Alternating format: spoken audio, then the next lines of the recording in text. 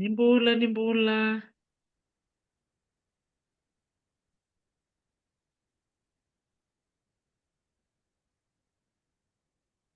Mbula binakatalmena viokani, oni siamo tikmana ka binakani kuwa, o babi ni binakani, oni rongoda na kani malmalumu, muni siamo maina ka binakani kuwa, kani marau ni siamo tikmingo muni wairea pili, siamo tiko kwa ina sana bakturang ora, o marau ni bangalal te ko mo kwa ni kuwa, mikro mi vitala noa. En dona ulu tanga bimbi, o klani bungo weekend sa da wilik sartu ngana mona liba da wilik tu na nisi beva sa vital te ko wabu kiti ko na velo moni vale so na pati ni noa ko na no mona ki mikro me vital no ke buno e rapi en ulu tanga ko me ak matatak mo nga ko weekend e bakanyo ko e maramo bunuai matatak tar tsunga mo ko e vitalen na wekanda ro bunuai kara tiku talanga na tambana ni matendewa kara singro ni aga rau ni kua e kani marau ni rani tiko dokter reapi me nonda bula ni kua me wasi atu matanga e sona beka e sa redi tiko koe na nonda kadaka e na ubal ni bula levo supa ni bula binaka ni wasi yani na video ngo na kambimbi na nonda kila baka matay lalay na beka na may wasi ni kua balete ni umana sarchunga na nonda bula baka mata bubale ke baka ito na wekanda ilong ni bale lubenta do robose lubenta ko nileo si kaya sarangan ni tumbu tubi kaya tiko na matingo na HIV AIDS go sarangan na vitala no na bakarara mata ka na nonda kilaka ke baka sota lang tiko na rataro erbe tarong may sona kami baleta na matingo ni tarmay ni kako ni mandua mo na ngali mo na kau na may bulida ni ko ni tiko na kenan daw na matata weekend nir na somo saranga na nonta taro ya me kau ni kila ninto takai do na lang ser me te buta kana nonta vitala no me baka ni siamo tiko ko na sana baturang ora usaba ko tak tiko do na ser na sana baturang ora me nonto lava na nonta vitala no ni ko bikim do keda na wekangu me na sanora arana yandra bakang bulu sar chuka bikim ni kersar na siamo tiko mai na sanora na kabinang ni ko go na nomni sere me baka bula wikete kede na kabinang ni ko nimbula binaka.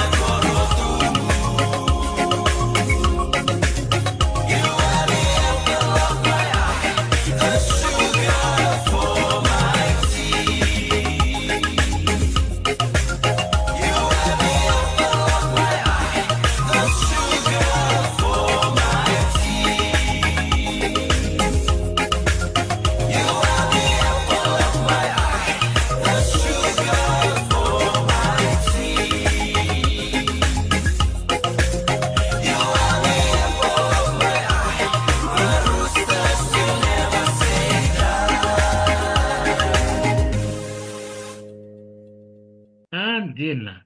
The rooster will never say die. Toka baka wote na sero ya. Sero bulong toka. O klani sa uching go na diwa. E na rosa nga bulkabana miniti. E na ngauna may viti.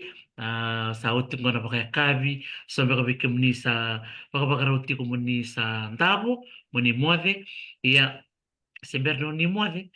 Mone siamo mai bela togoda na ulu tanga mbimbi kero na me bitano tukine ke wini wai rea pili e na ulu tanga ni kena ndeo sar chiko baka tolo na matengo na HIV AIDS na HIV na kena dana baka sainisi na human immunodeficiency virus. Konto toka na matanggali virus ka wakabuna na matengo na AIDS. Sebenarnya ngole na ulutanga ni vitalano ni AIDS, sera HIV, dana bambula mantabe marambu buni wa reapi, men wakambula mai ka wakamadalte kwa talanga vikenda. Bula binaka marambu ni wa. Na valeu ni bula keve vi kenta na varong tik mai na kavni kua ne dango reapi o marama ni sona kor tumbura nugu tumbu marama na marama mai nangia wai ni buka. Yeah. O daga tungo i CWM Hospital bana medical unit. Sabe rosingubul namba kina nugu daga tiko na tambani bola. Dila. Onia buli be marama tahu na nomu teka buli mai. Nungu tumbu daki mai o tumbu nga mai low toka. Nungu tumbu turanga daga bena Fiji Pine. Tumbu daki nga mai Rasa Pine Station. Wuli i Natambu High School nungu mai high school. Beron yung ngali bena kurwuli ni wuli bunyuai. Dila. Wakong bulsa tiko bikim ni na buli wati minatambua. Kani marau ni dona namu ni tokani ngoni buli wati mai natambua high school. Sa tiko ngo en tambani ni bula. En bali ni bula levo isuba. O marau baka levo ni baka iyo. O marau matau mikro mai Ndambe bate na sigi ni kuwa babidi mnakatalanga bibuni wa ilabinia rangi kurna wai na buna tabanga sema tukumiki ngome Australia binak bali bulewa na nomu sema tiau be maramatau mera ni kerubita no tak na ulu tanga bimbi be bakau saba madal taka tiko ya seber talangan dorong ole na ulu tanga ya na nomu tumbu take boli mai dokter Yapi ya sa nomu tatana tik ngamo na mai buni wai. Kila ni reda nungu tumbu tangan ni koko na nungu science subjects kiro abital noki na mikiro na numa meu li taka na tambani bunyuai. Iyo. Na kimbal-bal na mubuli mo na tambua o toro na science.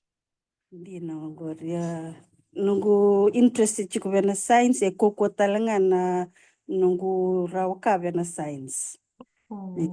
Okay. Pero kani sana borte kebutuhan ko na buli na ronon tolo solo kalima ver na ngone na sing to city klani sor na barong tuk men bongi pelang ni kuwa dando kilani libo na ngone dando tarongiran dando kuna au bina kata mo bunuai.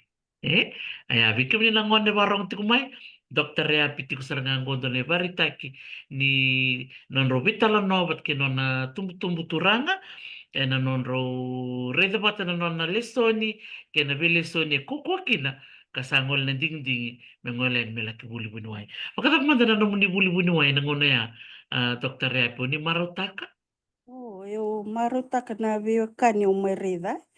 Mai na vano tumbudak mekina. Kena nongo vi maliwai ni ola kumai subak. Visa usara na exposure. Na vi matanggali ngone kito may sotabo. Ni dala ko may na asa sa bakara se nangona ya. Se sengsar ni totol rambula. Ngenda ya may suba. Iyo marutaka vali nongo ya may vena nongo may wuli vena kurwuli ni bunyuai totoka na vi maliwai vi kenda i viti batikir talanga may na islands erto na island nation raisar vali nonda tumbuda kina network batikina vi wakanyo ya marutaka valevo. Ke ronga ivikilekina ke vunyuai Dr. Lavinia. Sabi nakavalevu releana namu ni vitokani vakavuli ni oni samai bunuai ni satosar la isia maya setiko ngai. Ni ona mbaki nda chiko pata sa dona ngona sa bakanda vikile ngamin disengone. Iya, totok sa. Oh, nakabakalev. Yan, anong sarang kay libu-libu nuay, ti ko doon natambana o ni lakinding taka mo, apakataon day taka kinanano mo, nakataka pa ko nuay siya, talang nakabaka pertanya mo, specialized kina. Yo, ngona seng dangay tiga buta ka kina. Hmm. Oyo vea o sanga ni vandita kana da kono da vo kuko wakina. Sanga muria to kana toso ni daka. Au sama is kereang ona mona toso virtu na medical unit ni very organized na nor to approach wa kerea kina mo join yer to sama ni accept kwa ya usanga elevu tu na ve department ya ve na valimbula levu endu mai na vingara vi valimbula levu wata kena nor to approach yer to na tiko ve na public health iya. Ya, yana dingin mena takava na ngone sa graduate be join tak na public health me primary care giver but ke se mena muria me curative me laku balimbula levu vita tiku na department le levu ikya specialized kina. Ya, na public health levu talnga kina na ngandrevi baka levu na research na kakeda Indu chiko na approach ya. Dina. Se totoo makauti na mo wasi mai na tikina ai biki mai mena retu ya nitu biki kila ko bunuai adararamba batunga na ngono ni sangai maybe wasi kina nunggu bata-bata sangai kila ini tiko na bitambana oni wengara bikin berto dokter tema o dokter nani erto na tambana ni marama Tambani matama tambani basur gore sangai tiko orto dokter ana orto na tambana ni infectious disease. doctor ya nani kumuni bena nito department na internal medicine Atin.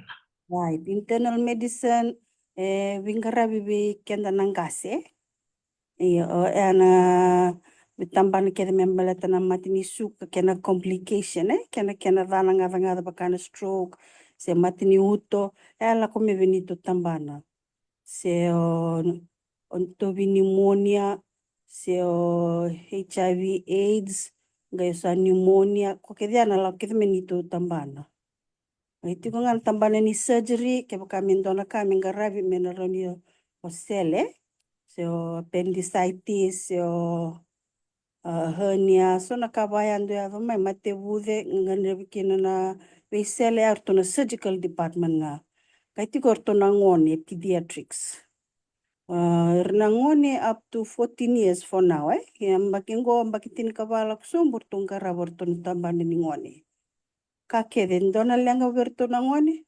elaku kede norto department kentangananga se sange wase bebi kito na internal medicine chuna kena be tambana lalai tambana ni ibi tambana ni uto na kepkain dua luar rakinra ya tiku kede na subspecialty na nito internal medicine se iyo se tambana ni kamdo dhunga se mosi ni ulu ya na neurology ya kila bunuai labeni ya tiku kina na tambano ya na epilepsy na dhunga iyo na stroke iyo tiku kede na kena tambana lalai NV department lili ya chikutal na kena subspecialty. Totoko din rin Namuto ko na may na surgery o nanumi Dr. Jose turang ba? Iya, kue tambana ni surgery bir na ngone, ya kue subspecialize kya. Tika nga tona tambanani sui, tonganando ngaravana kete, ke pakain tona kaingandrevi, mena vaidhuri, mena surgery ni kete, chukungar tona tambanoya. So plastic, dotani, se neurology, ke pakain tona surgery, ke pakai katambote mekan tona, se tona brain tumor, chukungana kena bunyuai, mena seleta na mona. Subspecialize. Se weekend na ngasir na turanga ngasir prostate chukungana tambana urology. Iya. Artu kita na tambani visel non tu ya. Dona kam na umarutak ka Dr. Yapi na nunguriri ko na ngunituki. Sara voita visaranga enda vita barango. Enda marau enda limbitaka. Di liu enda ngandau kilani enda ngolain balimbula. Ralebu na bunuai bulangi. Natamata no murai Dr. Yapi no musare jadi sa liu weekend na ituki enda satu na vita market. Opa matalata kamaya. Era na vitala noa. Na ngau nango vikito na bunyua ito ko totok na networking we kito na bunyua ke boka tongan reba maina nito vevu ke orto na tambani visele ke boka indoli sele orto sele tanga collapse venethia orto na ngirich kito yani kito na le reida ke boka matini uto sendo na kailenga kito na le vevu ke me ngarabi na tobi mate na vevu ke sandalinga vata ke baka ndo ele thano na uto dhatalanga na kanisala ni suasua kito na kere to na urologist merto me vevuke so era sar na vital no vambimbi ni da sadaka enando na ngona ve ambalavo sanda vikilai alo vikilai bibesaki Lebu weekend sali atechi balangi, lestale mai, me vinga rabi, Iyo koya torodhaki na bakasama kina bibisaki, ito toka kina na vinga rabi. Totoo kasaranga sabi nakabalibo maramatawe na numutuko na maya na nomuni do nakatakabat.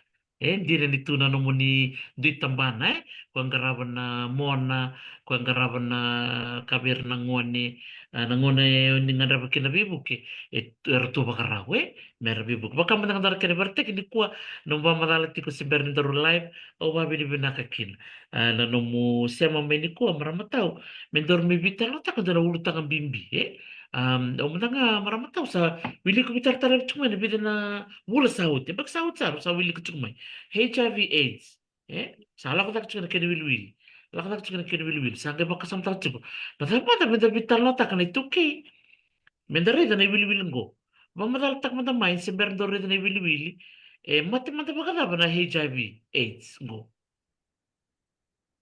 Iya, kuna HIV ko kimni saba madal taka uchi doktor ti na virus human immunodeficiency virus.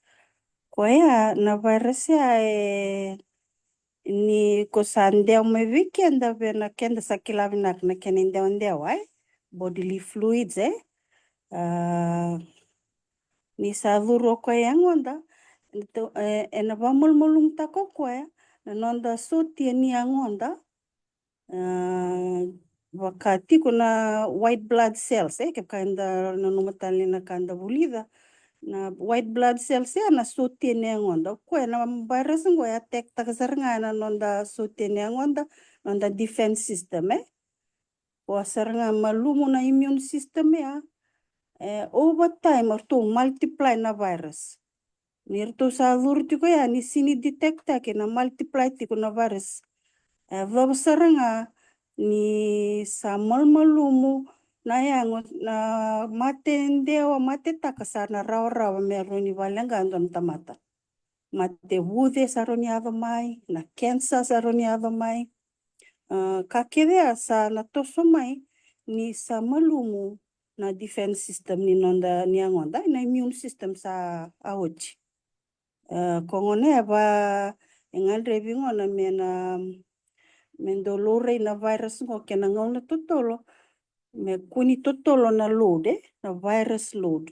Ngona nga sibi kena viral load satu serangana mate. Baleta na treatment enangai toso maya meron ni lutu na virus na viral load. Meron ni lutu nga na viral load na immune system talanga sa na bevunde balay. Na lebo nga ni virus kena totolo na down keda na defense system ngona na kasalo raitu iliu ko kesengite bume na virus ngo. Gaindo angai ngol me balimbula mengai tobi mate mai kito sana na estimate tu ya sana be tobi ko itu na virus na be 5 kina tinembaki. Ena nito natural cause iliu saseng ni bakango. Kongai dawingo senga sa totolo saranga na viral load. Kaya lurai weekend na ngong na ni sa tos mai kina na drugs in the sharing needles. Totolo na kena lutu na immune system baleta ni totolo ninda na spread ni virus ngo sinir to multiply na we wase nga ni unsterile needle ya batake na blood sharing. Na kebaka withdraw tak mendo kwa sa tobi mate uchitu ngai continue we singa na viral load totolo na ngone kwa receive takabo ko kito ilu ya 5-10 years na kena bala bongo sa leka saranga sala ko mai sa totol saranga na mate batani sa short time frame na totol ni virus.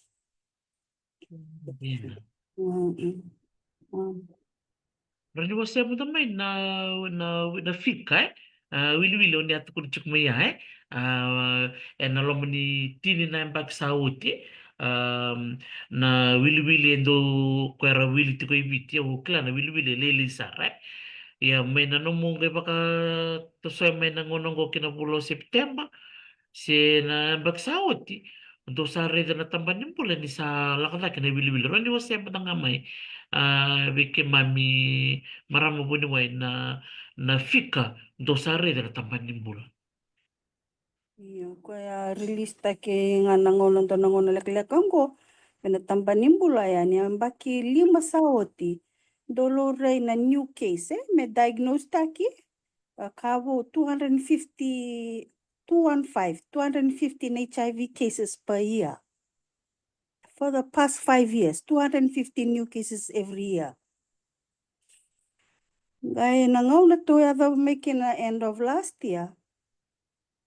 Sa loray may sando na undolo, Dios ngabul ka tolu na new HIV case. Newly diagnosed. May na ronan raw katin kalima baki. Sa mbaki sao tinakya na September sa loray to ya. Doon undolo Dios ang katolu. New case. Komitong imbita na rate iliu se 13.5 se tin katolu na tamata unduanan raw na undolo so 13.56 per 100,000 population in the past kung ngunang go in September sa 123.52 per 100,000 population. Mona reda na minatin katulu kina donan raw tursong katulu kina lande. Sa tonggay declare kina ni sa dona outbreak satu. Sa sang ningay normal trend It's just a big outbreak. Ngay low rain 72% tangani. Dito sa karuan na pasyente may kwa luray na ambaki sawa most of them are men. and they were in the age group of 20 to 40 years old. Mena age group yana rusingabul kina vasangabul. Right. Ya levo bimama 55% ni population go chukuna division yani go suba central division. Orto na western 30%. Wait, sorry, 54%. Okay, to na central division, western or to 23%, northern 6.8%. Yeah, central include maritime, but mainly Suba. Kwa loreti ko kina na lewuni kisio ya Right. Binasar. Goi bida na taro tarong tikumingo na kena totoro in a very short period of time lakoda kini wili tarong tikumingo ndongo o Cisco kera bi maramatanggal roni bak madala madana tikina ya na ken short time frame ni virus kena kena karuai tikumbia kana puna leka kina na kena totolo na kena lakodaki. Ni taka ni Antonia Cisco na taro, ni taro ngomai, ba kano nung ni tukun chika maramatao. Na kena lakodak talaga na wili-wili ni wira na baka ngataki drugs, baka rubi wakani tikungo, Wakani. Ortombi ta chukumay na tambanimbulo ya ni sambolo la kumay 55% ni sambolo ay lebu vera pakang taki drugs. IV injecting drugs kaya kona kasala tingo kona sharing of needles unsterile needles. Unsterile needles. Yeah, within the group. And also sharing blood. Virnangon pakanir sa buliana drugs Arsangay mix takavena ndonon rawaya sanangay sheta kiwabuki wambimbi we kwa na ngone kwa livutiko we kwa na drug ra so they'll share that so they can get high fast meron totolo na nonra bakila na kukuha ni drugs ni pakar na bulya nga balili na drugs sangay share. So sharing blood, what can unsterile needles. Ina, doktor no kutaro. Era ko maybe na baka samaya na kena wase nanra me baka totolo takadakin na nonra mati. Sama Dr. T, sintarawi na ka na matindon doon mito research takabali na kaongo Right, don't. I think there is still lewu chuko na bano roni tongay isala ko chuko may na data lewu chuko na kena pakasam takina kena deep qualitative study anang ganyan review kya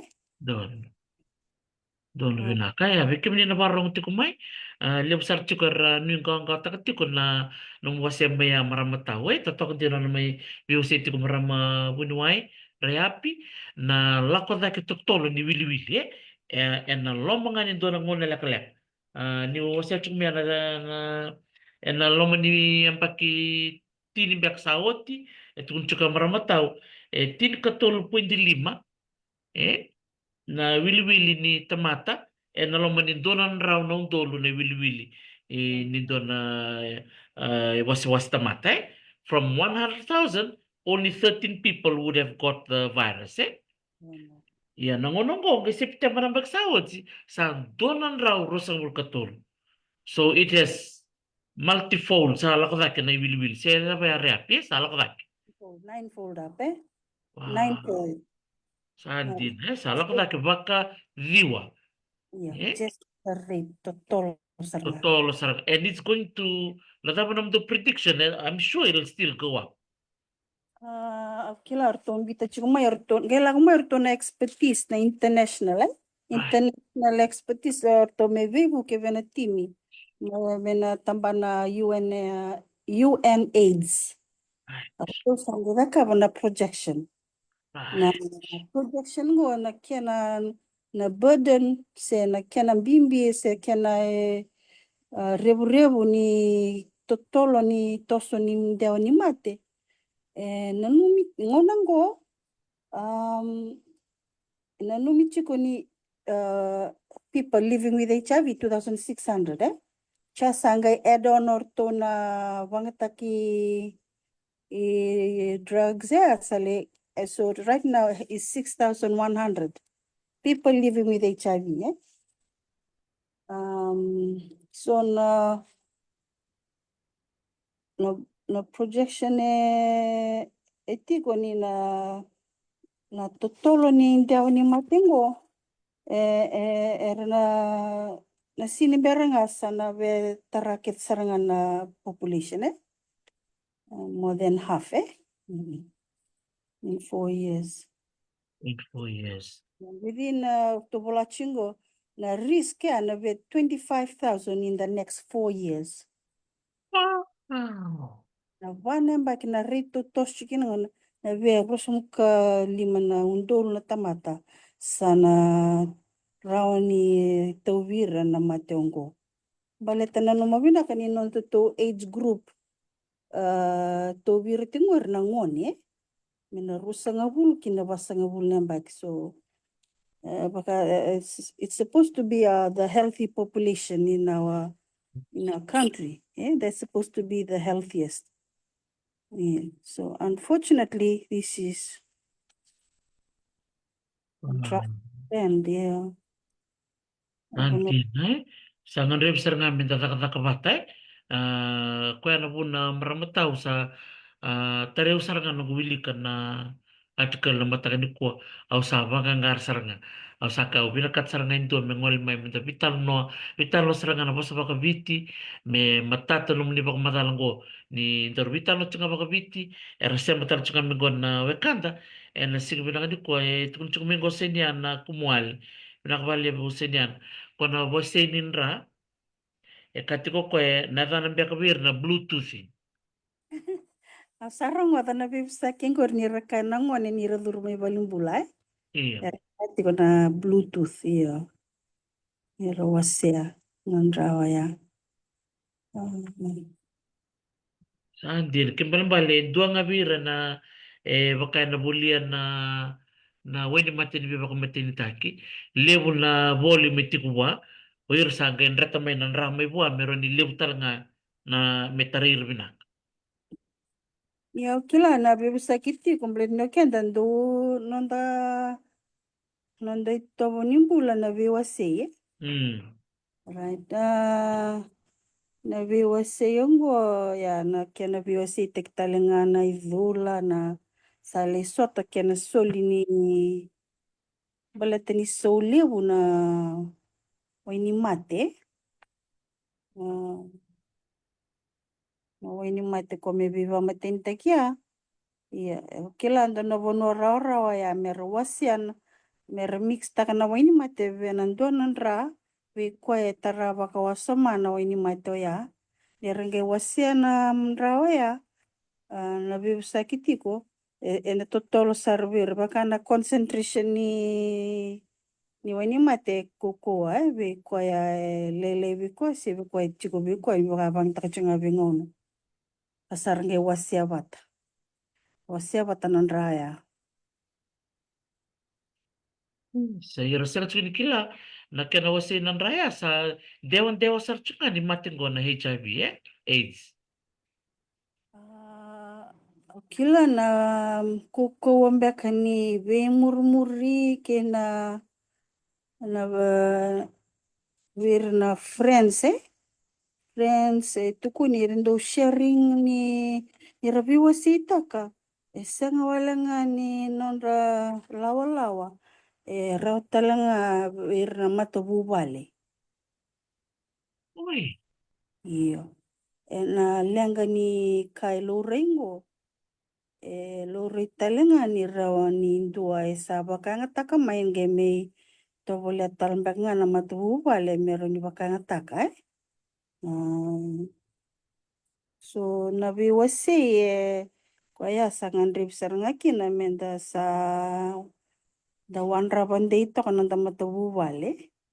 Da kilati kuna vonua tos tukino na ngone, na kaira da kavatiko, baleta ni sani vale nga se lomangani matavuvale, saroni ado kinaleng. Dombeka nga ngande mai, saroni kuto toko mai na parau ni vipaka nga matim takia. Sanangai toso kia nirsas ni dua nga sabaka nga taka ena visu taksarana nombula sanangai lago tigo na murmuri sana toso mai na addiction Dirasan. Dirasan. Natapa sangkay do rhythm may na valimbula maramatao. Natapa sangkay do baka ungitiran ng wanin po. Wala tabo cuma tanga ng wanin. Balata ni nanon reta ba yung baki nira lalay to kay. Merakutire ni valimbula. dona ka lorai vena toso ni mate ni HIV ongo lako bata ke total na mate baka na hepatitis C roveo kani Nirangi ngole mena ngone ko kayo yao. Ni totolo na viral load ya ersa tobi mate totolo. May nangona na tini ang baki sawo tinda no ma ni na toso na nindua tobi mate na vetoro lima kina tini ang baki menga tobi mate na ngona. Menga ado may balimbula. Yo virto na ngone na ngona ngomba tini rabaka nga taga na viwase ni ndra kina idula.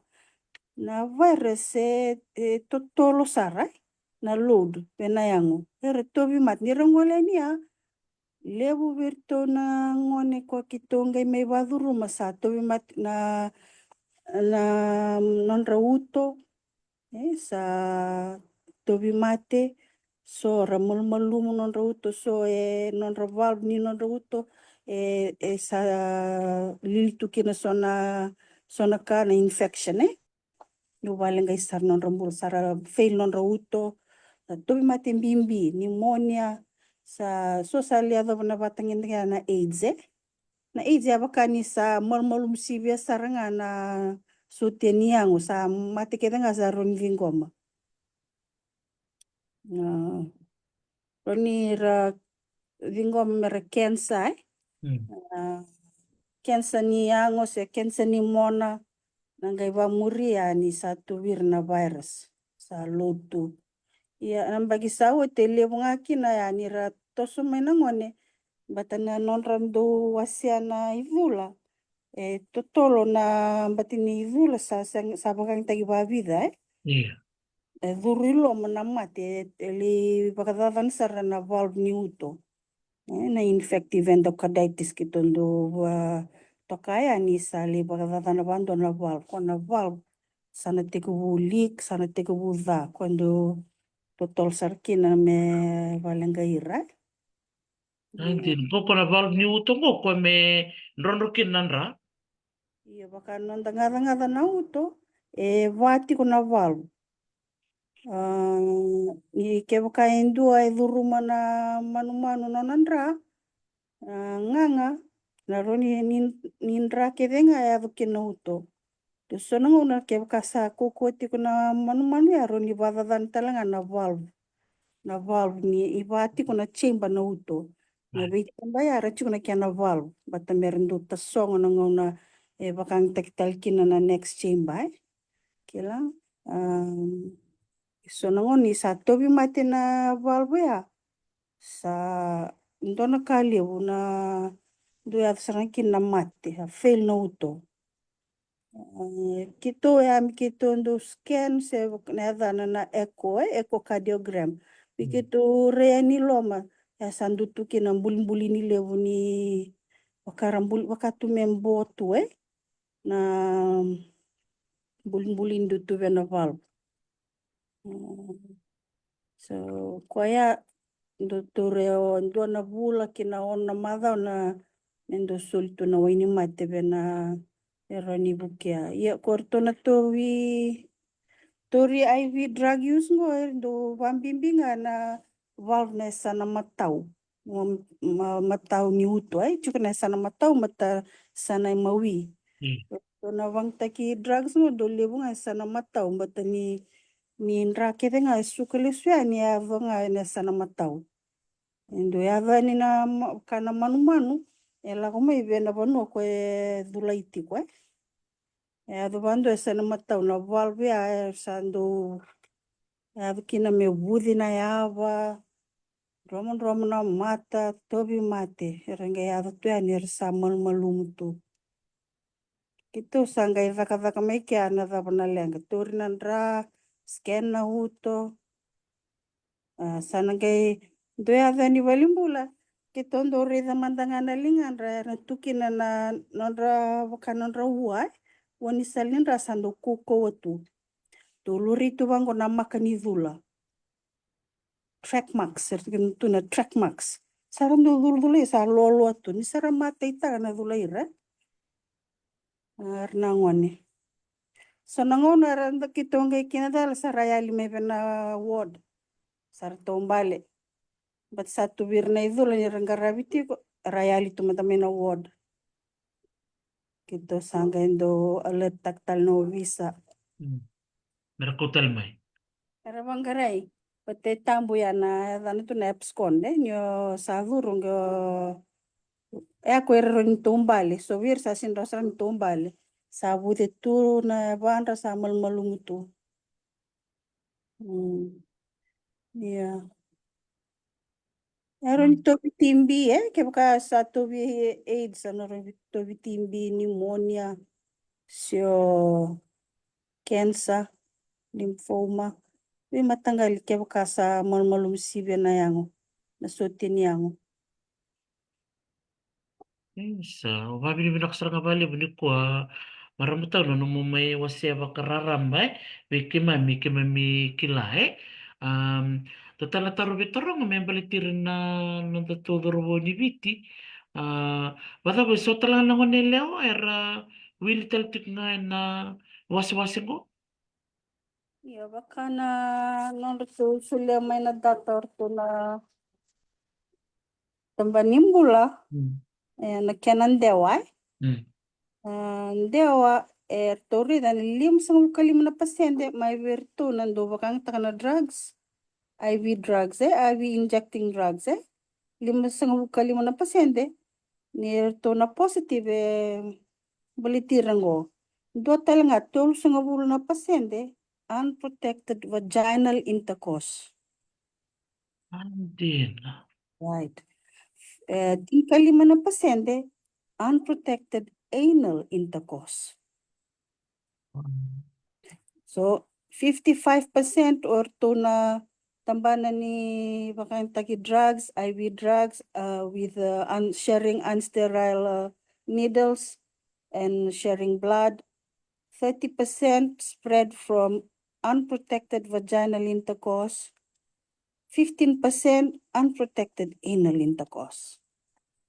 So tikkedea na kena salore ni weekenda na lewa ninda to weekenda we're na productive age reproductive age san transmission la ko talaga wir na ngone ni rambukete so salore talaga ni sa lebudake na kena sa toso mai na kena ndewa na mate wir talaga na se kuni take rangai sudu mai sati ko talaga wir. Deo may tina wanangwani. Kaya na lebu tiko na data ya menanga idhaka ko kaya menanga idhaka na kena tiko na kena research menanga lore kere kina se da vuna lebu kina weekend sa anda mai dorititu na mate bo ni HIV balitani da bakanga taki drugs da vuna sanda mai doriti menda ndewa na bakanga taki drugs wir saranga nangone inonda vanua this is our future. Our future is gone nira sa dewa wir na mate Si tiko ngaya, pasende libutal ngaya, unprotected vaginal intercourse. Bato kaya nga imbito tutalanga na tambani maramoy ang balatan na matabubal ni chukikina na violence unsolicited sex and unprotected. So kakedengo ngan ribi menta na vital no kino ba matabubal ngan ribi saranga kina na tambana todoko na lotu na kena vanreti sa sinro ninta na waraka chiku na matentu me na roni buki kenda kina sarangan rebe saranga o kenda saranga na vi matabu bale nonta na maruir na lubenda bale na kau sa kau tia ambletir na ernonda friends na ngoni matabu vale da tiko ngai vale saroni ado mai na lenga na matanda metu saranga vir na lubenda me kuaninda vale virtunga me na vivambauti vir na tiko esani vale se korvuli bisa totolo saranga nandewani bakanga taki drugs patakena mateongo ia lore tiko ngane na mateongo ni oira mantanga sara lore vira tol song kalim na pasente nga on treatment turiti ko na kena wani mati 35%. No really sa, Lai. Levo ko erto vel si na lima sanga vul na pasente. Sara kilatu. Sa mani sini la kachuma mer follow up. Manangay reda kina na nambi ni toso ni matengo. And na sini warak na tamba nimbula mena reach out. Bata sa totolo na kena toso. Kenda menda sa teka busaranga ni vale. Menda sanganga roni. Baleta mera kuni kuitakir na ngone bena kasa toso maingo. Kosaka utia na norto na budi orto na international group to na expert group to na within 4 years na rito la to kinango ena lomani vana yambaki sara ni ada usar to na rasul kalim na undolo ngonango kinto on na undolo donan raw people living with HIV that we know that we know. that we've diagnosed. Tiko talanga oira that we haven't diagnosed. Yung balita ni tosto na wekane tosto Yeah. na tosto nga ni bang taki ni drugs watake na tambani levu sara na lenga sana ya dobe non tomatentu na toso ni lengongo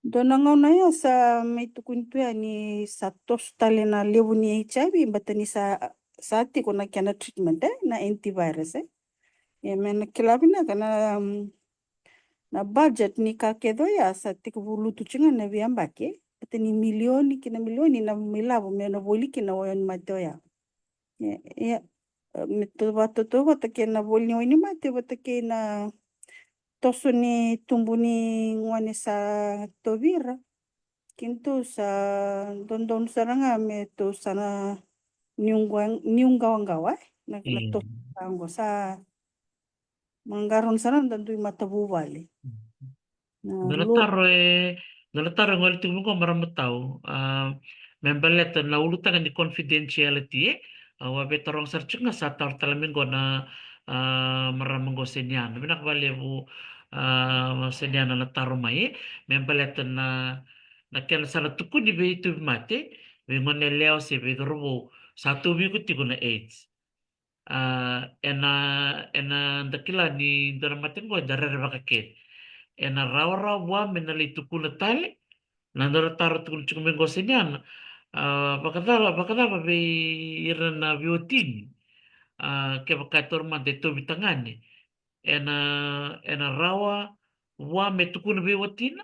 So the topic of confidentiality, this is really interesting and important. E tiu na kia na lawa, na ka o kila ki to practice taka walimbula levu. E na tiku na ngalala ve tavi mate me na ge wase a veve na kasa ki to vande taka ve koe ai. Ke waka mandanga indua tiku nga garavi koe tiku mandanga e sana ki to na sinrau ni sulevi koe na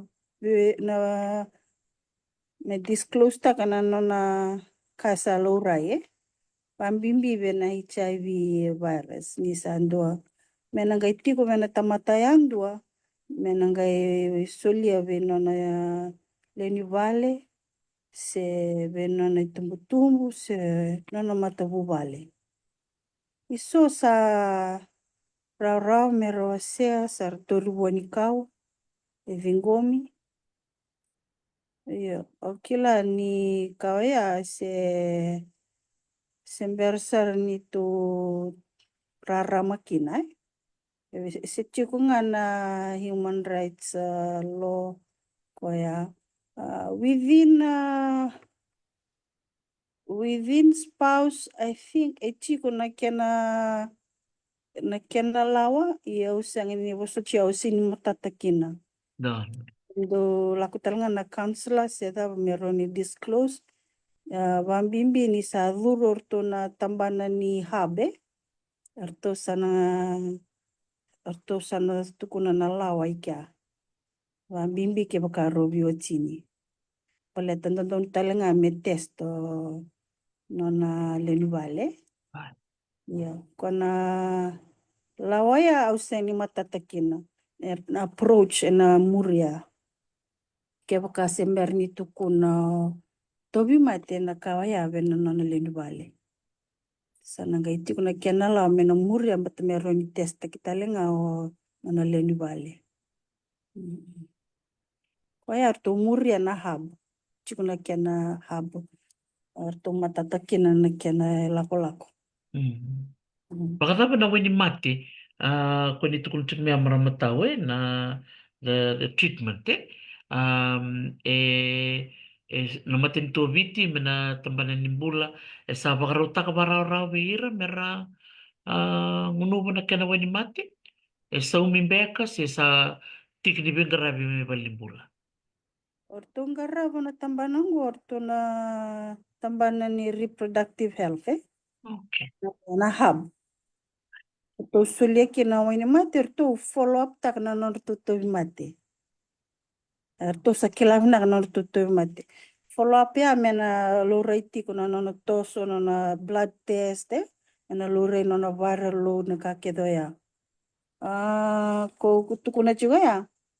Maina lewu ni tamata sa diagnose lorenga ni tol sumkali mana pasende mairna ta diagnose turchu na keno ini mate. Ngai lewu talanga vir sasanga iyo lewu maina vimama vir na diagnose risang ni dongwala mai mera mai follow up diagnose nga zaraya eba alitu risang do via follow up tal mertur ini mate sedap.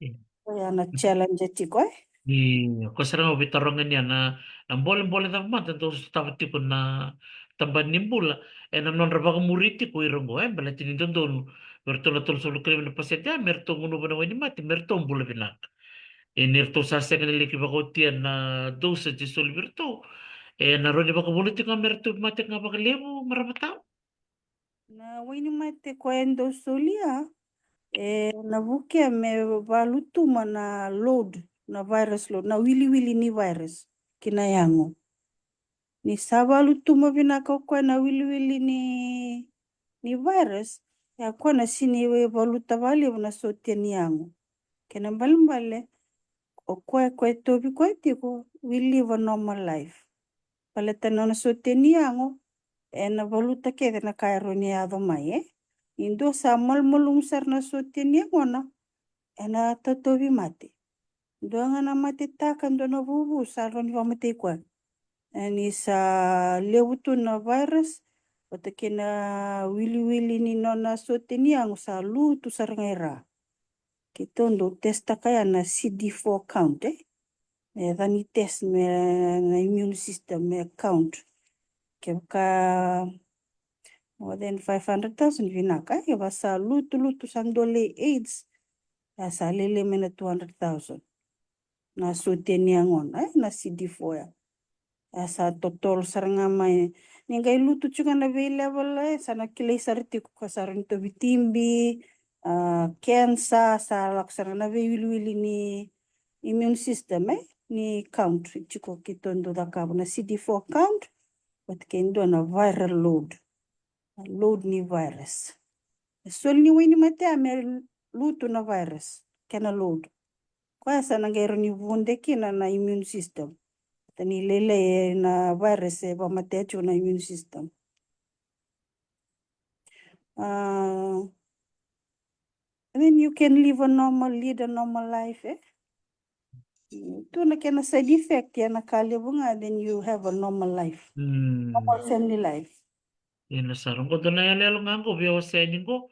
Aurito ko na muna liba maramatawe. Kuna symptoms of acute HIV. Kung ko queer sa extreme cases back maramataw? Yeah, ngo senge kyo ka senge tobi kwa kokoa gai sa teko kakana kino na immune system so acute HIV ya senge tobi kwa nga. Pero teko mai ni ndona ngono bala ko senge tobi kwa nga so vira na ndo ya me vira ngo. Matiningaw na. Yeah. Tokong ko na fever, na chills, na musni ulo. Saan din na? Tokin kinang Musini sema ni yango na wawale. Saan din na? Patunga na matetak, mati sa malmalum Na mulumulum na virus inasal. Ya, ko tokoy rango ko interesting to kana kawasya to liya maramatawe. No to may that many patients experience no symptoms. That is an interesting one, Ni tiko so normal to kana non rambul siya na. Tubir na mating. Atau ko sengo na ilu kinto ndo ka ortongi tos me balimbula ya sato virtu mena lima kina tinambaki. Ada is asymptomatic. Er sengi ndo na symptom er tombali vina katunga. Na wanda kay tobi mate kina na load ni virus sa lewu sa immune system sa malumu. Doin me kina ngonongo. But na lewu ni nanda sharing of needles so ya. Totolo na viral load. Totolo na mati ni nonra immune system. To mate ba totolo sara. Lako bata kina vi mate nira was libu na karo ni ado mai nira wakangate katuna idula kwa isang ni idula sabsaba unsterile. Nira vi wasiacho.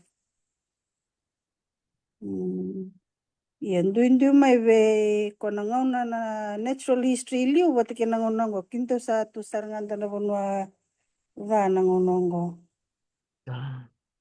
Saan din na taman ni bole vitamere. Sa tunggu siang wala nga bikim dongan na tambarin ni bula. Anto sa ngandrep sarang nga bikin de na leo ni banua menta sa raka bate. May makana mo tukul tikum miya na bubali, tikum sarang ay bali, na lotu, na banua. Dapat talo na numa maramataw. May dura nila mo natabanan ni bibata buli, bata nataban ni buli. Mesa ngol talaga na bibak tabli itu ko kurni buli tapos mo na numa. Na ngonongo na ngandre bimenda thakabata. Vitambana kede. Na sini vinambi nandua na imena tobole kede. Ataba bimbinga na kena tosumay na bakangataki ni waini mateongo. Wira na lubenda. Na doni menangay lora idhabnavuna. Dhabnavuna. Era sa vingoma sera sio taka na itovongo. Ngandre vikina na support group kenda tu nanondo tu itovo se nanondo tu kavavanoa ni extended family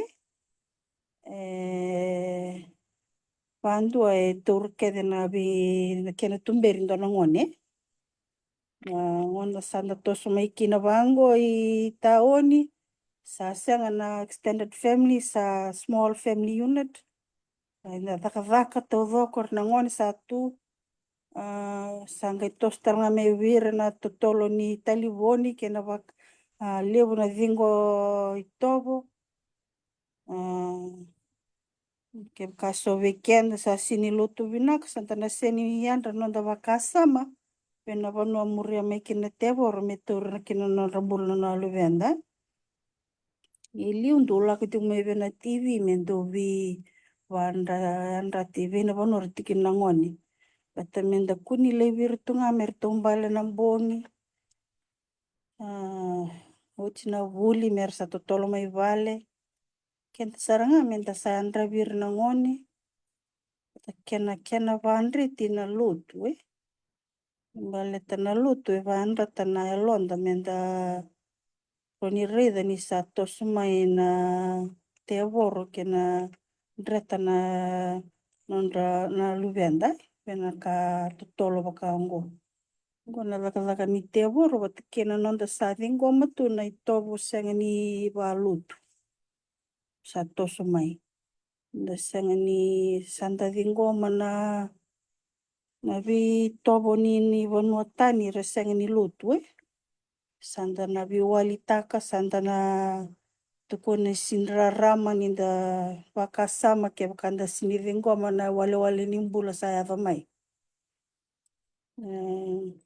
kenda menda kela chunga na lutu batea no maruir na luvenda tali tukuna na kena bakang taki na kondom kakede ya beleta na unprotected sex na via dobi baka sanga ni bakang taki na kenta tataru na rapa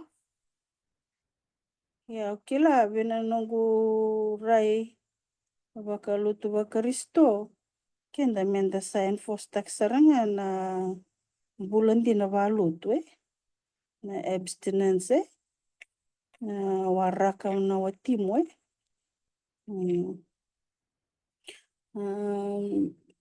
baleta ni matengo satu ket saranga say viti na bono lelai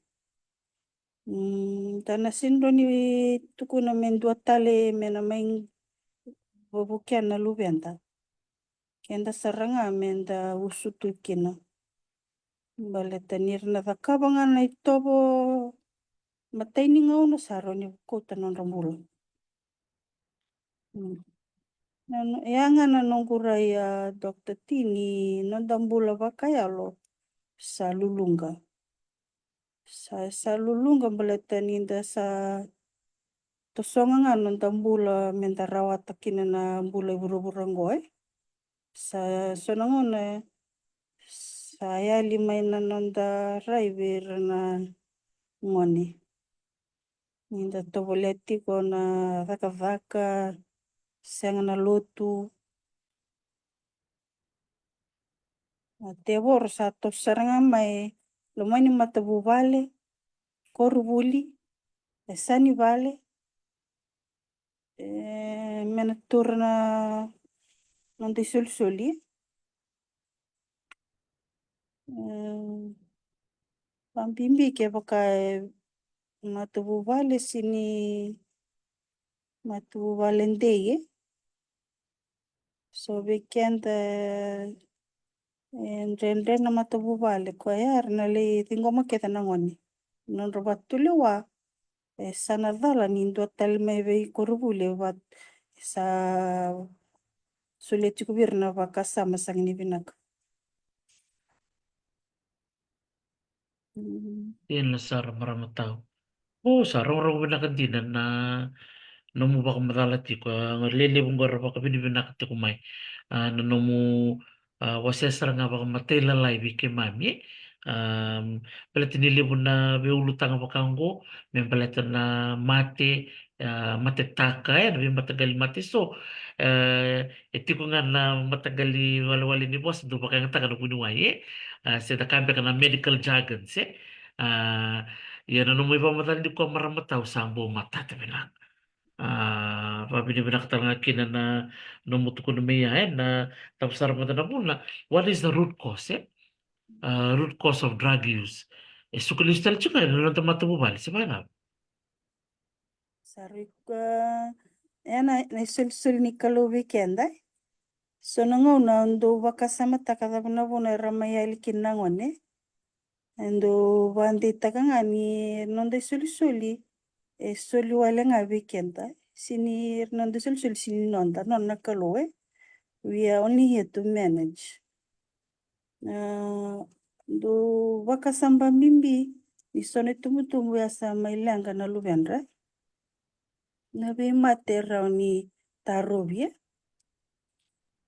Ya, pambimbinga ninda neglect ninda sangani kila nanda I tabi bir nangone mera tumberi nangone ira nira tos cuma nangone na nonra wakatulewa asoli vena tui solomoni wisdom ya soli ngamai buana kalu ngone ngandri bisaranga menda lesu nga kina bola tambo meroni bukir na luvenda merendo pekenda wir talanga na luvenda mera wakatulewa andonu enangau na rasulikini bir na vitemaki kenda ke wakamandanganda na sangani sama chukubwana kalu keta na sindro ni reida na tosumai ni vitemaki ngo ni na sama chukubwana kalu na alertaki kenda tukuna sana ya chikumai na vitemaki kwa ya ngandrevikin na nga tosumai ni matengo kwasa tuki sartungai katumba sengrata nindangai bakasam takani chukumi bayawa kwasa chuk sarangai sanda ngai reida na lubianda korto tukuna tuna tambana ani be 25,000 in the next 4 years to saro ni wilik sana nganda tongo sanda kilasaranga kita na tui kurbuli asana levi da sarna tu virtu kep kanda sini kangaroni batini to virtu mena age group ngona rosanga bulu kina basanga bulu kina no mo irango nirna tumbu zake na luvendra kina vita mata talera modevata nanga irida talanga ni nondra to treatment only 35%. Kira bali na lebu weekend na wabu kitul na lebu tubir na virus. Kira bali na viral load lebu. But ni sini sol tubir na kina wini mati me pamatir na virus ko sa tubir.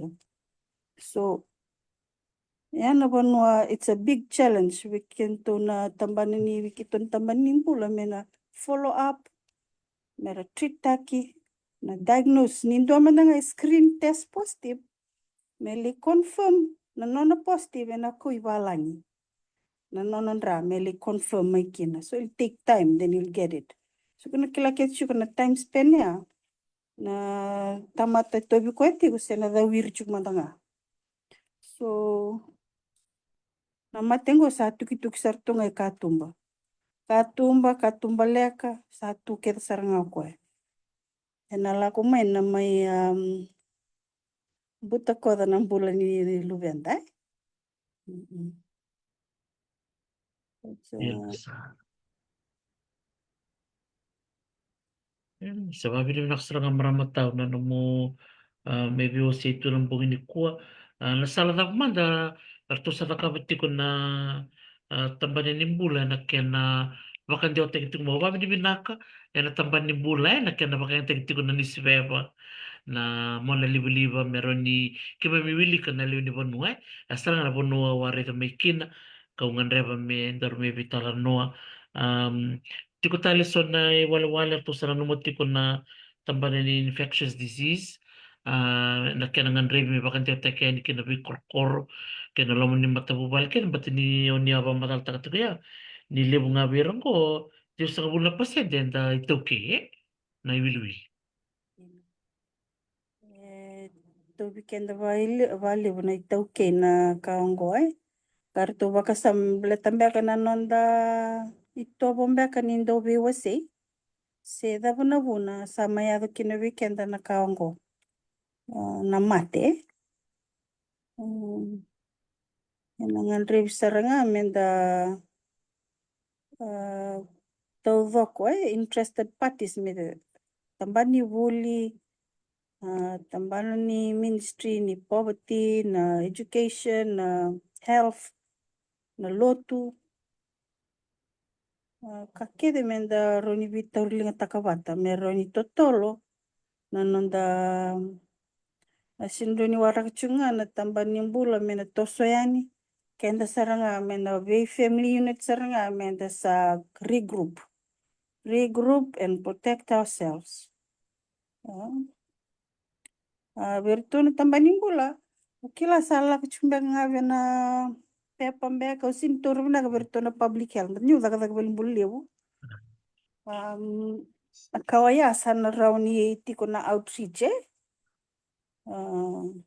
we are very under-resourced. Kandi noya. We are under-resourced.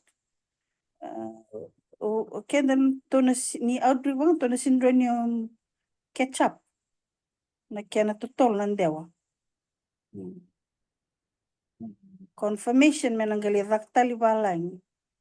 So ronim berati kuna nondo to diagnose na ngonongo. Lagging behind.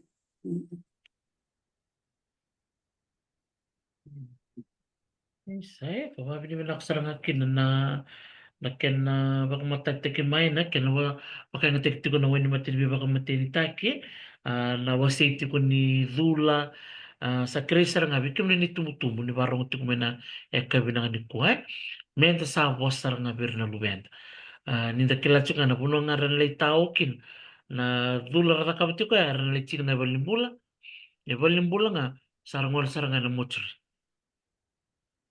kinabalimati. Iyo, sadana dabut serangan di bakit doon. Si bata ba maramataw? Yeah, kongora na risk of death is high. Wata kena ba ni sando ito ba kay berna na diagnose ko na transmit ko nga. Right?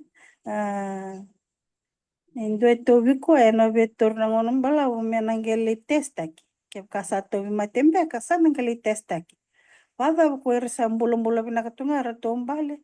Yes, era da kabati ko nga na ito ko era pagabuna mendewa kinamati.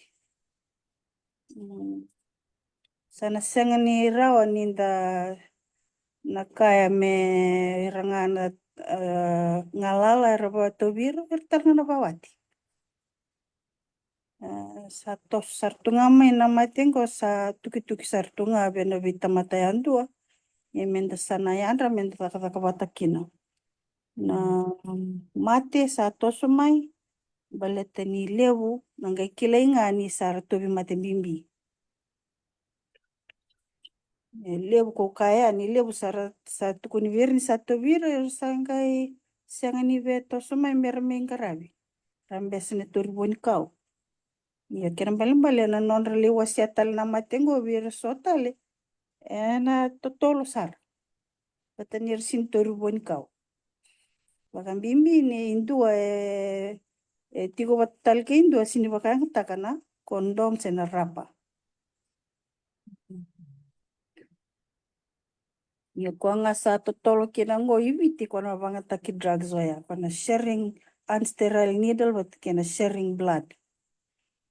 Kuaya tumbuh taki totolo sakaki na mati ongo. Jadi baka din taksar tsaka manakaw dito ko niti may maramataw na ken lilay na I mean being under-resourced na tamban ni bula. Kila ni nabitalo ni kuwa doon din nabitalo no yang liliw sarangan ko baka rong ti kumay aron ito suli baka sa may bikim ni nabarong ti kumay to na tamban ni bula they can only do so much limited na be kahit ko birto ya mabaka nakasa tukon serangan may maramataw Sa siang tani bunita ka ko. At tun serang mo ko menda sa nakakabat. There's no other way around it, eh? Bala tala kau ni tukul cuma yang orang tahu. So siang ni lurai tu main nonra ditubir na virus ngo eh. Sa 4 to 5 years sanggali uci bidan ambek ya sanggali lama tatake menakang. Sandin. Kembali wak na lima na ambek ya. Oko ya tata wir tal tunga eh. Sa sultan beka vanangon eh. Libutan beka naka wati na bibisa beka nonay tao. Wele turang liu. Masarang anong kabawak. Balatira ngone ko ito virti ko mbaki rusanga vul kina vasanga vul. So it's a very active young age. Very And active age. And the future of Fiji. Eh? Our future. Ko serangan na kung kaya bimbi serangan nung gusto rin tikim ni marmata may dormin tayong batin ko iya. Okay lah ni udah list mai. Baleta na libo ni fika dito ko na mingo. O bala baka wala to ko libo na fika. Okay lah mo nang list mai na kurin ni dormitan no. Mendor kami bindi-binda talbele so na fika ya. Baleta na okay lah ni ni leso di tali na fika. Na mes kung ano kinibigyan na naman ako kumay ang klan sabi ko ni tiko naman ni Penny naman ni Peppa ayaw doon ka nalim ni Wolo na kapit ko ni ko na nirubitan naman ng kimaramatong ko sa limutan ng utang ni Beb na limu ni ka o bulida na sige ni ko ang klan ni da bulida sa nga limu na ka tali na nangwal mo maramataw ya maramataw sebenarnya ni meta pa nito rubitalan no total la kao ngan re me wasia vira na barong tikun ko yeah. Pinakbalevo dokati. Kailangan nito may vital no vinamati ongo sa outbreak tikngo iviti. Nakai bakarere bakikina ni emberti kono nuntu testing. Batakina confirmation. Lako batakina tosombu ni ilavo akivena kena treatment. Nasana to songana nondo to wakararavi vena vi matavu vale mengarau ni nangone kina nonda ngaravi tumberi nangone mera kua wakandua ni wakatovolea na mate ngona kena wakangataki na waini mate ni viva matini takoya lako bata na baki ni mbula to sumai menda sa tukuna tiko na kena sa lewu tiko na HIV bata kena sang ni wakangataki na rapa na ngoni via dovi ko kede ana wakalaka taka na mbula dona vanua menangai lorai kina ni dona ngona tutolonga ngo menangai dhaka na research menangai lorai sedap na vuna kenda na tauke sanda mai doriti baka tuve na mate ongo radhava na non tuitavi na vita mata yandua mata bubale na tai na mbu na levu na dhava roni tu dakava me roni reida tiko na ngone na vina vano arangwali tiko kina me koni ndavale virtunga relengito serli sarlelo relisto minambongi sabi bandra titale tabine nanumati ko na matavu vale na teka vu mai na kuko ni matintu teka vu ngame na kena garavi ndo na ngone nilinggarap talnga ko ndo na matintu na vi matangali kaka itu menanggaravi kina nandale ni vanua wakain dua le gas ni vuli sele lawyer se engineer wir kedang wir nangoni ke bakanda sa tovi mati todo ko sana din ang garavi kenda nangona memur ninda sana tobole amenda na tamata kedenga sa tovi mati koengo na kena tumbiru irna ngoni sa kambimbi ona vivande tinga valevu vena nonda mbula vakayalo Bale toia na mbula vakayango to vital no chikinongo kena toso mena mate. Na mbula vakayalo mbimbi bale toia na roni pukian nonda mbula vakayango vatakena nonda vakasama me roni vakava na nona itavi me vakatule wandondo. Tentu wandi tal kinongo na decision making Bero ken na tobole men decision making ni ngone meron ni kuko vinaka. Menando batule wandon. Ena roni avanga mai ke bokai sa kuko ti kono ndambula bakayalo. Pato koya ya kamba si chiko ni nondambula. Ko wasa kine na lulunga ni nondambula. Nda viwali taka nambula kila isang ni vinaka pakana valvaladha kwa ya menda kuni viwalitaka senda karona menda kilati kuni dhala kenda menda sana toboleti nga menda mbula baka rauti ko na mbula suliana kalobi kenda menda mbula baka rau. We have boundaries and live in a godly manner. Ko kede na maroro ikenda todo ke baka salulu do viti baleta nanto tombula baka yalo sa sangini kaukawa. Kumbak nga na kaube wasena kami kwa Dr. T.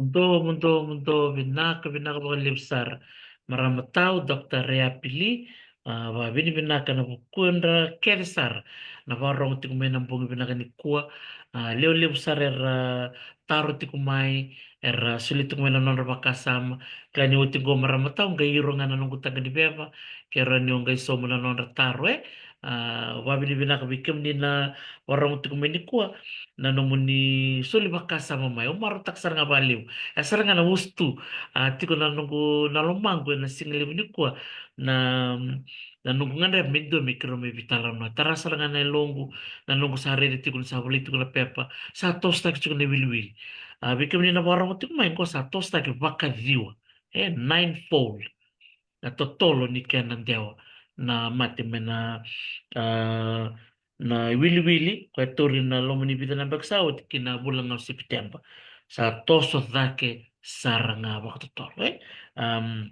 hindi na saranga nakao dito ko na maya marama tao leso talaga ibale hindi na daro di kaya na idula warapan takatiko gomandang Amerika na bunarang malikin ko sa tu na pi sentes sa tukin ko na syringe ko sa kabubuwe ya urong na nataro ni tarong ke muni nataro you have to go take one step back why do you want to take drugs in the first place so lakini so ni tarong nga lista leban Vikam ni na warong ti kumay sa totoo din na VOC ker mi da vital no ba kan lebu elo muni bale aba madala mandangan ni Dr. Repinikwa na kautalita kini kwa vosar nga may bakta doon sang talan doon ka bunta na vital no mandangan ni Bedovi na vital no mandangan ni baka nga taki ni wani nga ni bibak mutintak sang talan doon ka bunta may baka katunsong ko maramatawe i viti dole mo nangon da siya ganito do bitalo tak mamata na lebo tawe elo mo ni vale menta bicho ko na ta menta bitalo tak na kay na leso ta na lubenda dirsan na baitaw sar na dorbo no ngonele bakanda punta katiko nangon ko sakutan do punta ko nangon sara bulit ko na mo libliw sa totoo tala ko na karakila may weekend si mana maramataw Hindi na saranga. Kena menda chiko iliwera. Nda besi nga me na bola tamu. Tata na vioti ni vakalo merkila me virto na luvengo ngendo tosu me na taro sa kila sa chiko ili na nonda vakasam. Kenda menda totolo menda vakasam taka menda shetu nga me vena raramini bola tamu. Ene tiko na ngauna na ngayado na viadovi. Ngor ni sul ni kalo. Ena dhaka na kena ngauna ndun. Ngori na ngauna kusarawata kino mumbula. Sindona kami to siu taka iloma mbalete ya na isoli ni kalau e sanga ni oro ni le wakalasama kena na ngomu ndondo no me base keda me na bola tambula tana ka keda ai tiku na kena ina ke mona liva luveni na ina kini ko ya mona lindo na no matu vale sana ngai bande takin na kalau e nando ni soli everything has a purpose tu talanga na boundaries o ko tu na kenda mdambulo babarau you have to have boundaries minda kuani mbula na wakasama taka na mbula babura me batukuna ni da misarara mananda mbula kenda minda mbula nga na mbula na kai tukuna na bola tambu kona rights la kumai en ratalanga ni tutalanga mai loma na tevoro mero ni bakatata nanda matabu bale kenda base nga mai bena bola tambu nanda mbula tau doko akila keva kamindo ko nangonang ko irna ko ne overload na information balata ni research ko na taliboni kenda menda supervise saranga bena dava reda tiko latena information ikia lak ngole mai na tevor sa ve moida na non bakasama keva kandanga isangani da rarama tiko nanda bakasama sena sini letekenda na kalau sana oidala serna lakmane tevor na buta ko na luvenda ena kena vengo ni sala todoko ndana ngai rebu ki sambera sa tador na luvenda endomba nga no batulo ai dala bakandua sa tador saranga kuitek saranga ko so totolo chu na information vena taliboni nanda tobola menda keep up wat kira menda bistu nga mena voltam me rakila chukur na information ni vale e base na voltam mer kun ni bulida me kurbuli ze nanda friends but me black and white nothing is gray ngone sul ni kalo ni na tumbuda ke mai na visa una ngomu na visa una numbaka sama gor ke na ina kini kalo ni adon na banua sana visa no ikona otukuna bina na lubengu tanga ni kuna redi ndana ngani sana visa utala numbaka sama ko tanga mam yo san doten no baka samiyo lubengu ena tumbuda ke chumi nanda ngonda sana visa uchikumai me kundra ngoma totolo na vitau na kakedoya patea na bono murchu mikina tevoro me sexualizing the kids na bono murchu kina na tevoro me roni buta kwa na rambula na lubenda sexualizing them too early rarida chukana nonde sulsulo irna ndondanisi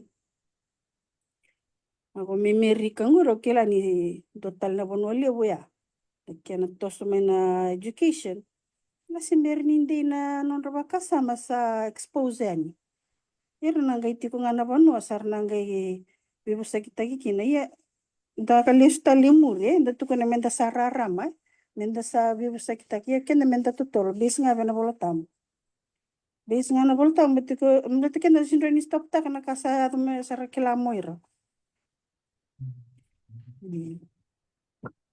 Dira todo. Isa, au nunu sarana e vos tikubunga Jerusalem. Everything starts at home. Na matingan kuribuli, nanda matubal.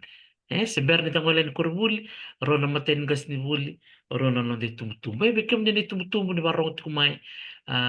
Kerobabi di benak tugan ke Dr. Reapi, nanom ni bisu si vale, au klana bital no di kuah ke bakasa lulung gatiko menda bangang gaftak ke bakasa berniado mer toran wen mati di bebak matin te ko irna luvenda menda sayan rabir sarga en rabana non ratiko na telefoni na non laptop o de non ritokani ke rabodo basi mai vai korbuli vale vital na bono rali taukin Kalau lai kakek baya, mendan raba keditiko.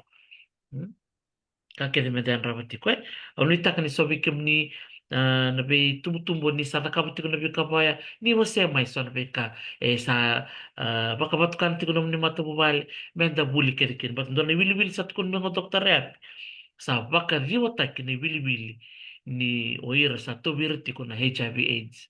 Ena malio ne baka rusang bulu kina basang irna ngone leo katal ngaki na birna toro we aba kosi bichu ngadi usang bula pasente weekenda na itoke angon din na ulutang bimbi biram bek na bol bol bol niya sana ke bakar barong tu kumeni kuwa gotal ngando ni tuku tuku mena duya ni na bi bol bol niya sana ni na takati ko ng boss niya sana ng boss ni tikina sa kere isar nga mena bakan te tekyanye kina nonda bi korkor bakatal ngakin wir na tiko en kor babalang. Dokter Riapi, pinakabagaliw. Pinakabagaliw na nung musyang medikua o maro takan din bagaliw. Siya mo chiko mingo dokter Lavinia, maro ko tiko mo kwa, tiko no kwa, maramataw milis talmay. Le mbula-mbula bunuela. Nakapagaliw. Lolong sarvaliw berto na no mo vitamani, berto na ngone, maruta ka tuta lang ngone tunggu ngole ni viti tunggu le sota, iya ngono ko senta sota ke chukan na mo na liba o kla ni barong tal chukan ma dokta tema rasoki, babi ni nakin bali ni ronir tu siya mo mai, evikem to no maramo bunuai. Tali ni sulit tu nunum ni ngona ni baka malala tu, gayin matata baka binak. Eh, kalau nggak teman tahu, nanomu lo ni mata satu gue mata muni, total ngono memori ke kau ngandre apa mau mewasi itu naka, nunggu bata-bata, sandol tuh bikin ni. Nakabaliw bunuai. Nah, Nak naka. andon, mata kumanda, Mode nak mode. made, esa. Ako bini binaka bi Dr. Yapi, Li, binakabali mo Dr. Lavinia Kurnaway, nanomu, semati ko may biyaw ni kuwa, o marutak sa magalim sa tikmuraw na bitalan no. Member letter, and I'm not going to HIV/AIDS. So there's more discussions to be done. Action, lifestyle living another day mobile. Na tamban ni bula, they can only do so much. Eh? Na budget ni norto ilabo, pakatun chika kwaya, tulso kalimangan na pasya der to ngulubuti ko naman mati. May baka binakataka na to immune system. Only 35%. Na tariti ko, where are the 65%? Eh? Sabi ti ko sarto diagnose sakilay ti ko talaga so erawabu ko tingo to wir to na matigo sangat ti ni kilay. Kung ano kina sangan re bisar nga men da vital na bakali bale onita kan ni talita kan ni romi vital na di kuwa the way was say and ano ko takan ni bago kaya ti ko talando na ni nanuma nabuko ni Beo say meradaka kaya nga rin mendo na piano ang naroon ni takap talaga bakakina wira ni taltala wira na tambanin ni ni bolbol niya sana kami bisar ngango mesaba ka data kan ituktuk kibir kaya na bi leoni koro bibubal enak kaya sa tos la kiti ko na wilwile wira na ngolay ni balimbul meron kiluray kami bital nga may kilay o de sa tubi ko itiko di niti ko na lao ni confidentiality may makataring may bindo na marama iyo kami bital nga may wase ni tuktungo kaya baka tubi turang itiko tudon may kilano marama na utina o sa long ten bikim ni nakabalib na lumli sembay ng buong binangan ni kuwa liwsar na kaulida ni kalungat at tiko. Netap talagang nakataraba, di mana